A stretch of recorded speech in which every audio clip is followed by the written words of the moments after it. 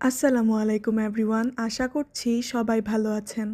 আজকের সকালের নাস্তায় প্রথমেই ছিল গরম গরম খিচুড়ি, সাথে ছিল আলু ভর্তা, সেদ্ধ ডিম, মরিচ ভর্তা আর বাটা মাছ ভাজি।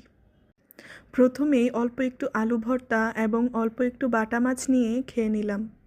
গরম গরম খিচুড়ির সাথে বাটা মাছ ভাজা আর আলু ভর্তা দিয়ে খেতে দারুণ লাগছিল।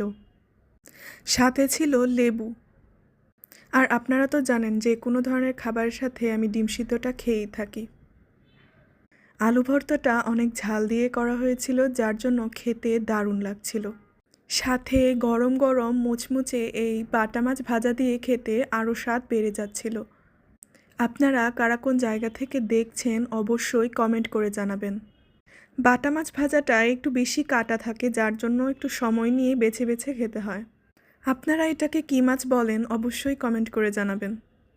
অল্প একটু বাটা মাছ ভাজা, সাথে ডিম সিদ্ধ আর ভর্তা দিয়ে খেতে ভালোই লাগছিল। এরপর ছিল এই ঝাল ঝাল মরিচ ভর্তা। এটা বেশি করে ঝাল দিয়ে করা হয়েছিল। এই ভর্তাটা পাটায় বেটে করা হয়েছিল। ভিডিওটা ভালো লেগে থাকলে অবশ্যই লাইক, কমেন্ট, শেয়ার এবং সাবস্ক্রাইব করবেন। আল্লাহ হাফেজ।